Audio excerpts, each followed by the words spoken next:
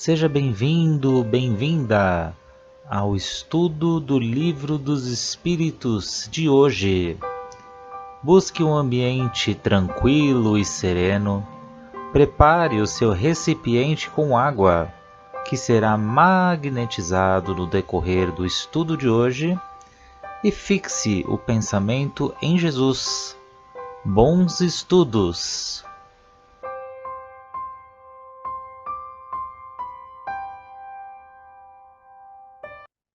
Olá a todos, sejam todos muito bem-vindos aqui a mais um estudo do Livro dos Espíritos, esse livro base. E antes de nós começarmos as nossas reflexões aqui, vamos fazer a nossa prece de gratidão.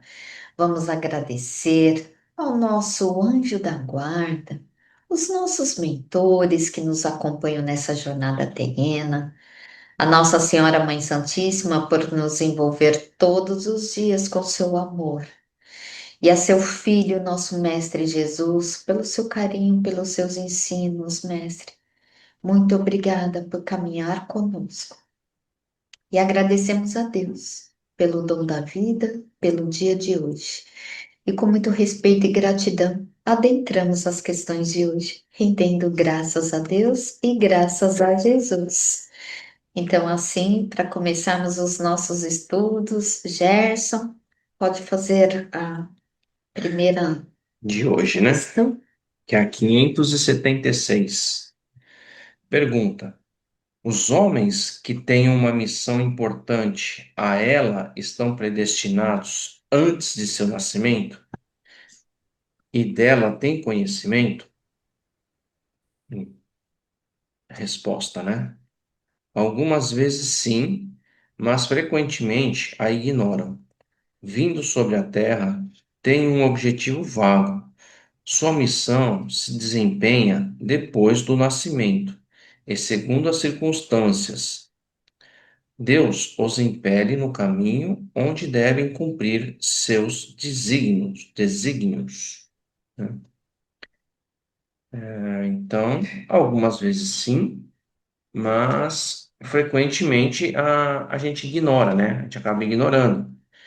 Acho que muito por conta daquele conjunto, né, do véu do esquecimento que a gente tem entre uma reencarnação e outra, tudo aquilo que a gente planeja, programa na erraticidade antes do nosso reencarne.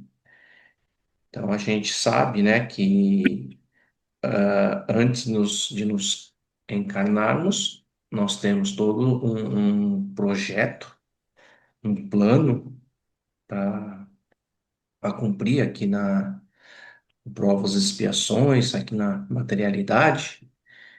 E também a gente sabe que não existe,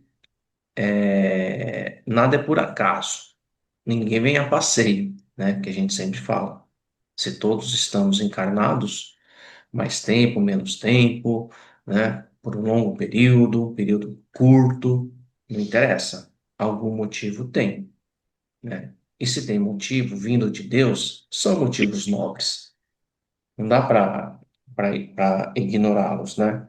Mas a gente, em estando aqui na materialidade, muitas vezes a gente acaba se perdendo dos nossos propósitos. Acabamos nos orientando, nos desviando para outros caminhos, né? E aí ele fala, né, aqui que Deus, ele impele, né, o nosso caminho. Então, às vezes não, nós somos orientados a Deus, opa, vamos voltar para cá, opa, você está indo muito para lá, né?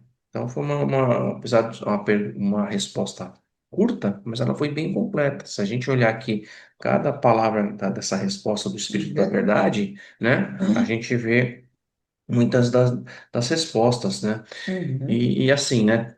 Todo mundo fala, né? Ah, todo mundo tem uma missão aqui na Terra quando vem. Uma, umas mais rudimentares, né? Mais simples. medianas e até as grandiosas.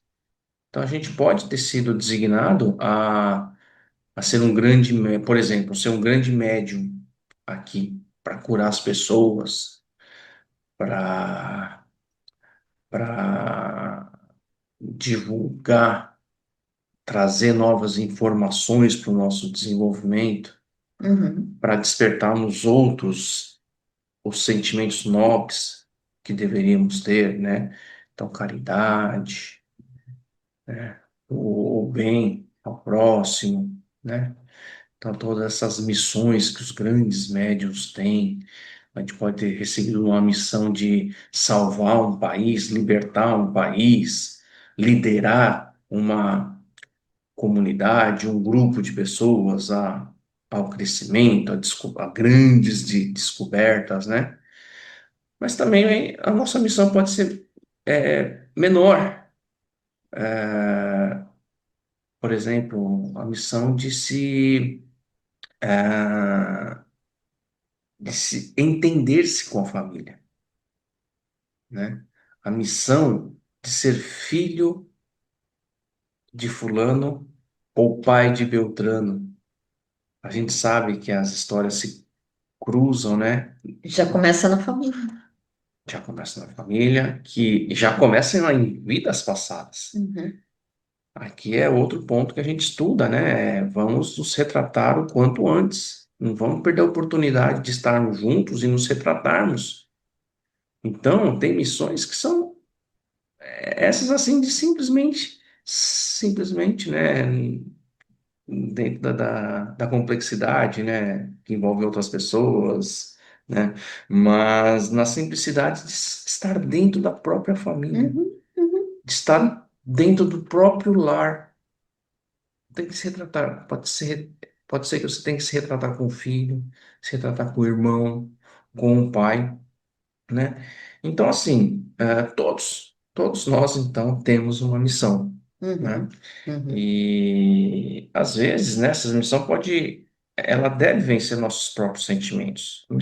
A nossa missão pode ser a de vencer os nossos próprios sentimentos. Então, antes de mais nada, nós temos que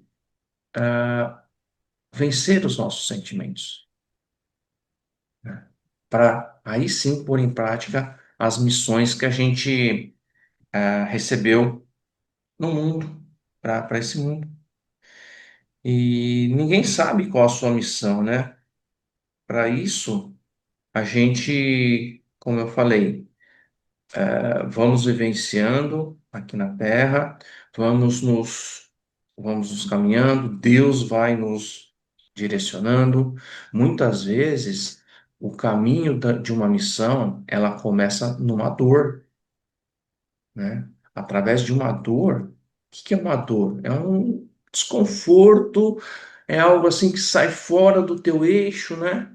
E é Deus. Às vezes a gente reclama, poxa, mas eu sofro tanto com determinada coisa. Mas não é isso, é Deus colocando nós nos eixos daquela determinada missão. Aí eu estava até pensando aqui quando eu estava lendo essa questão, quer dizer, essa questão, né, do que a gente fala.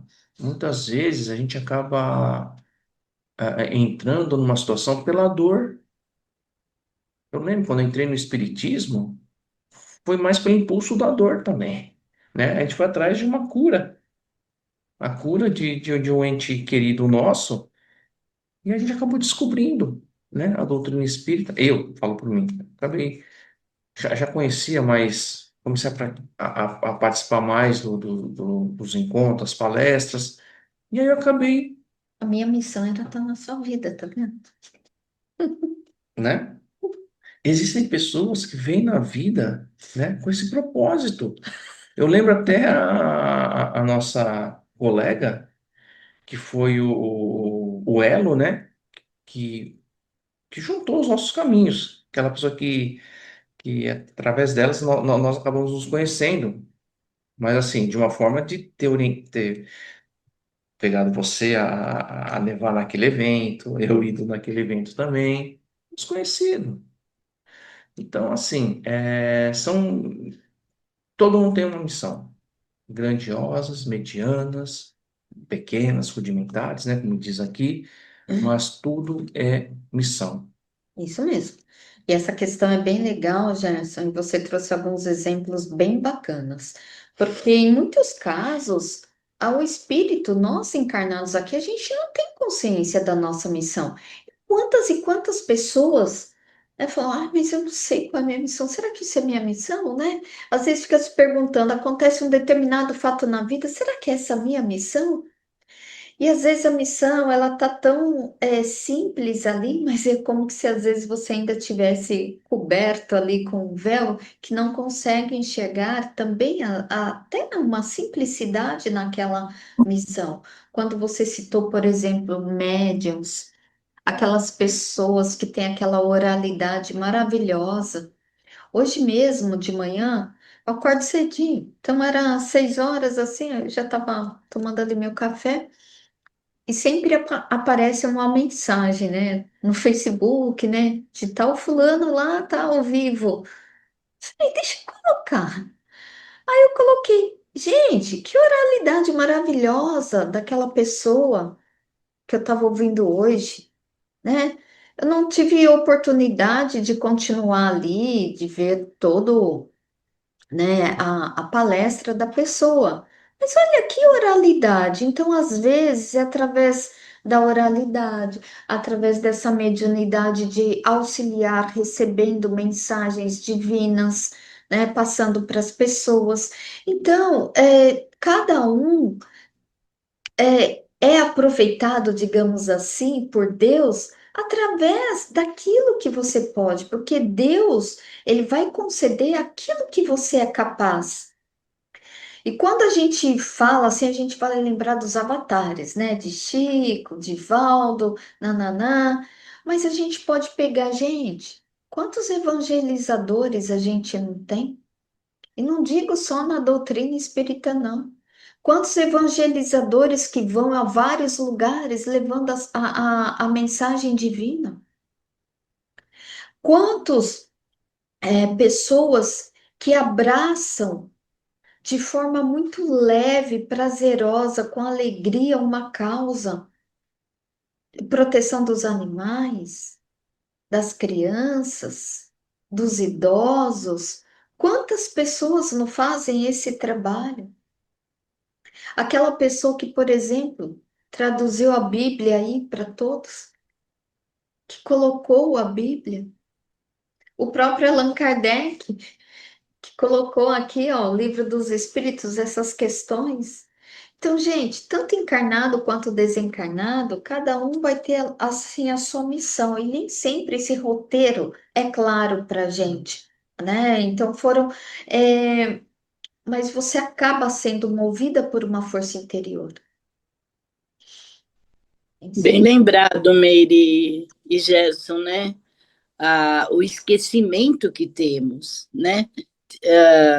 No nosso processo, colocamos, né, no papel, entre aspas, lá com eles, a nossa missão, mas aqui na Terra esquecemos. Então, qual é a minha missão? Nem sempre é fácil para achar. E aí vai depender também da minha evolução. Quanto mais evoluído, vamos dizer, mais fácil, né, você consegue enxergar a sua missão. Então, porque aqui na Terra, a parte material, a parte de relacionamentos, de um monte de coisas, faz com que possamos esquecer qual a nossa verdadeira missão. Isso que tem que estar bem claro entre nós, né? Que viemos com uma missão, sim, e precisamos saber qual é. Quanto precisamos pedir ajuda, evoluirmos, né? Para poder saber dessa missão, né? E desenvolver a missão com êxito. Nem sempre conseguimos, é claro. Aí na questão 577, Kardec faz a seguinte pergunta: quando um homem faz uma coisa útil, é sempre em virtude de uma missão anterior e predestinada, ou pode receber uma missão não prevista? Kardec, interessante que ele quer saber aqui. Tá tudo planejado antes da reencarnação? Ou durante o processo reencarnatório? Pode aparecer de repente, ó, tô aqui, uma missão, caiu no teu colo. Recebeu um e-mail Isso. no Zap. Aí a espiritualidade responde: tudo que um homem faz não é a consequência de uma missão predestinada. Ela é frequentemente o instrumento de que um espírito se serve para fazer executar alguma coisa que considera útil. Por exemplo, um espírito julga que seria bom escrever um livro, que ele escreveria se tivesse encarnado. Procura o escritor mais apto a compreender o seu pensamento e a executá-lo. Dá-lhe então a ideia e o dirige na execução. Assim, este homem não veio à Terra com a missão de fazer a obra. Aquele acontece o mesmo com alguns trabalhos de arte e com as descobertas. Deve-se dizer ainda que durante o sono do corpo, o espírito encarnado comunica-se diretamente com o espírito errante e que se entendem sobre a execução. Interessante essa resposta da espiritualidade, porque nem tudo que o homem faz é porque já estava predestinado. Muitas vezes sofremos interferências na nossa vida de espíritos superiores, dos espíritos desencarnados, para realizar alguma coisa que não estava planejado, mas que a espiritualidade precisa de nós. Então, nós acabamos sendo um instrumento útil para realizar aquela tarefa e aceitar essa tarefa traz um ganho também para nós, para a humanidade. Todo mundo sai ganhando. Mas por vezes, às vezes tem aquelas tarefas assim que muitas vezes nós recuamos. A gente diz assim, quantas vezes, né? Eu não sou capaz, eu não vou dar conta disso, não. E aí a gente se acovarda um pouco, né? De não se julgar capaz. Mas a espiritualidade, ela sempre vai atrás daqueles encarnados também que têm a boa vontade, que aceitam, vão se preparar para o exercício. Até mesmo quando a gente cita aqui, por exemplo, dos médios, uma das recomendações que é frequente para os médios, gente, o que que é? Estudar. Só reforma íntima. Reforma íntima é para todos, não tem exceção. Mas né, sempre lembrado.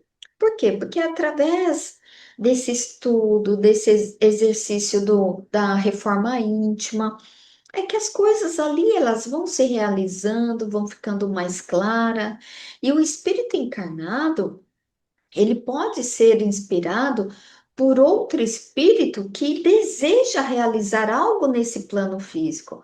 Muitas vezes, espíritos que já desencarnaram e tinham grandes missões. Quantas vezes nós fizemos até um combinado, né? Ó, eu vou encarnar, mas eu vou continuar. Me inspira aí, me inspira aí para eu continuar essa missão. E assim, nós, durante o sono, muitas vezes, quando há aquela maior liberdade do espírito, a gente sim, a gente tem essa comunicação espiritual. Quantas vezes a gente não acorda com aquele start assim? Quantas vezes, por exemplo, um cientista ele acorda com uma ideia brilhante, uma invenção, ele pode não ter nascido com aquela missão específica, mas ele foi inspirado, induzido, por um espírito que desejava ver aquela descoberta realizada, né? E o cientista ele acaba se tornando um instrumento dessa vontade superior. Eu dei o exemplo do cientista, mas nós nos colocamos nessa posição. Então, não precisa ser aquela missão é, grandiosa, mas os pequenos atos, as pequenas ações, como a gente comentou aqui agora na questão anterior, de levantar uma causa, de abraçar uma causa, né, de fazer um grupo para o bem dos animais, das crianças, dos jovens desamparados. Gente, olha isso, uma evangelização. Olha só, gente, que maravilha. Então, esses exemplos que a gente tem dos avatares de Chico Xavier com a comunicação, com a psicografia, olha só, através da escrita dele mediúnica, pôde impactar tantas pessoas e principalmente com as ações e as atitudes dele. André Luiz, no plano espiritual, olha só quantos ensinamentos trouxe diante da vida após a morte e que hoje são grandes temas de nossos estudos, nossas reflexões. O próprio Allan Kardec, que através das mesas girantes, ele codificou o Espiritismo. Se não houvesse as mesas girantes, talvez ele continuaria ali no seu cargo de professor. Então, olha só, lembrando de Divaldo e Joana de Ângeles ali também trabalhando juntos, um lá, outro cá, né? Agora estão os dois lá.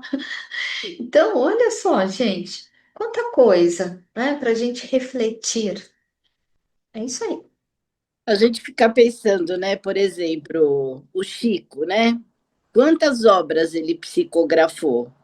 Será que no processo reencarnatório dele eram todas elas? Ou será que ele foi intuído também por outros espíritos, né? A poder psicografar alguma coisa que não estava no seu processo? E assim é nós também. Então, pela nossa intuição, através dos sonhos, da intuição, muitas vezes somos levados a desenvolver alguma missão que não planejamos no mundo espiritual, né? Como você bem lembrou. Isso mesmo. Suzelei, você pode fazer a 578, dá tempo. Então, 578. Poderá o espírito, por própria culpa, falir na sua missão? Resposta: sim, se não for um espírito superior. 578A. Que consequências lhe advirão de sua falência? Resposta: terá de retomar a tarefa, essa a sua punição.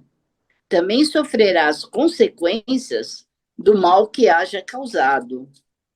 Então, vejam, todos nós podemos não cumprir a nossa missão, com exceção dos espíritos puros. Então, os espíritos puros, ele tem a evolução necessária, ele já cumpriu todas as provas, todas as expiações. Então, quando ele pede para vir por uma grande missão, ele nunca vai falhar, porque ele é puro. Agora, existem espíritos altamente desenvolvidos que ainda não são espíritos puros, que poderão falhar sim, né? Então, assim como espíritos bastante evoluídos, como nós, espíritos não tão evoluídos, todos nós podemos falhar nas nossas missões, né? Então, por exemplo, um pai, né? Um pai que ele vem com a missão de ter 10 filhos aqui. Então, ele vem, esquece a sua missão, ele bebe, ele fuma, ele espanca a mulher, né? E esses exemplos é copiado por, sei lá, 8 ou até um filho. Ele cumpriu sua missão? Não, ele falhou. Ele vai ter que pagar, entre aspas, por isso? Sim, ele vai voltar. Mas ele não cumpriu, mas alguma coisa ele aprendeu? Sim, porque nada, nenhuma reencarnação é à toa. Talvez a doença que ele esteja no final, alguma coisa vai acontecer que ele não vai voltar como ele foi. Ele pode ter estacionado, mas alguma coisa essa reencarnação vai ensiná-los. Então, quando chegamos, como a gente colocou na pergunta anterior, a gente esquece, inclusive, do que já estudamos. Da nossa própria evolução, a gente não lembra o que estudamos em outras reencarnações.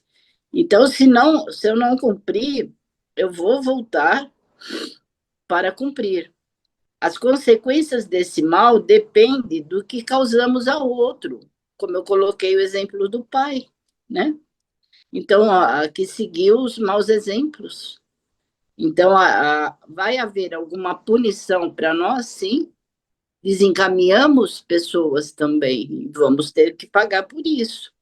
Então, a palavra falha aqui, ela é muito forte, pois sempre há algo a ser aproveitado. Como eu coloquei, por mais que você não tenha desenvolvido, e a maioria de nós não desenvolve, né?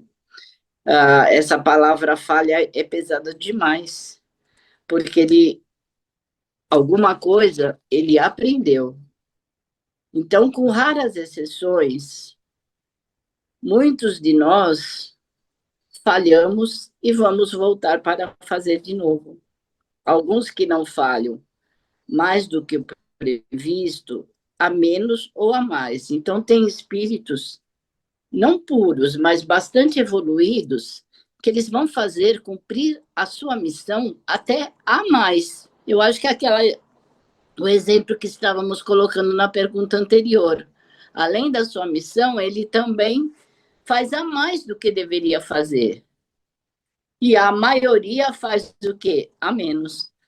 Altamente consciente e preparado com os conhecimentos, mas não são perfeitos. Então, Jesus, a gente pode citar como o espírito mais perfeito. Então, ele cumpriu a sua missão, era uma missão, não era uma missão de resgate, de nada, ele simplesmente ele veio, né, para ensinar o seu evangelho. Então, o espírito mais puro que pisou aqui. Então, todos temos a nossa missão. Então, não há aquele que venha sem uma missão, que não viemos aqui para brincar nessa reencarnação, né? Então, tanto grande como pequenos, todos temos a nossa missão. E precisamos estar bem, precisamos evoluir, porque somos sempre ajudados. Então, quanto mais estudarmos, quanto mais fizermos a nossa reforma íntima, mais vamos ser ajudados e lembrados das nossas missões a serem desenvolvidos. Então, se eu venho para o mundo e caiu na bagunça, na farra, como que eu vou lembrar da minha missão? Nunca, né?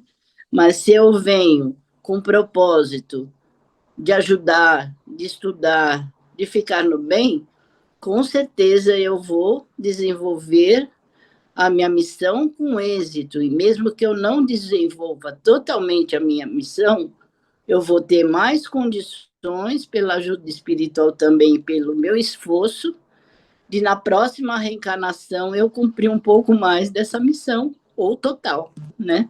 É o que eu entendi. Então, ninguém tira 10 na missão. Só os espíritos puros que vêm e tiram a nota 10, né? Como a nossa escola de sempre. Tá? É isso aí, Suzane. Acredito que nenhuma missão, né, mesmo quando utilizada essa palavra falha, ela é cancelada. Acredito que a missão ela é adiada. Então você vai ter outras oportunidades. Lembra daquela frase, né? O centro espírita sempre fala: Deus parcela, né, as nossas dívidas. Então, assim, a gente sempre vai ser conduzido, inspirado, intuído, para que a gente realize aquilo que a gente deixou de realizar.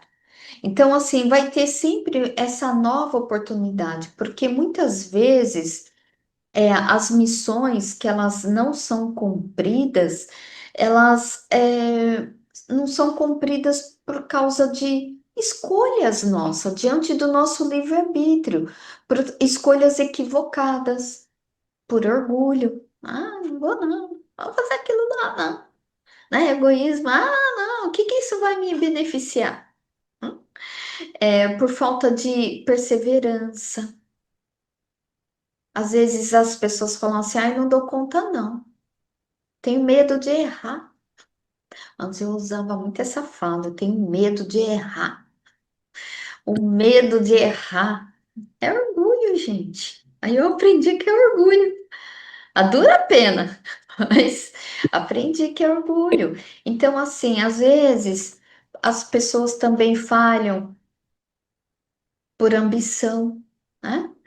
Então, assim, são muitos os fatores, por isso que é importante sempre essa reforma íntima. Então, assim, lembrando que a missão, ela não é um fardo, ela não deve ser vista como um fardo, mas sim uma oportunidade de crescimento, de contribuição.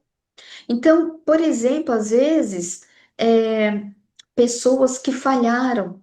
Se a gente pegar muitos artistas, muitas pessoas, né, da TV, da mídia, da política, muitos líderes, eles às vezes se perdem por vaidade, por poder, egoísmo. E tem aqueles também, gente, que vale citar, aqueles que também falham por motivo de achar que não dá conta, isso está muito pesado e tiram a própria vida, no caso de suicídios.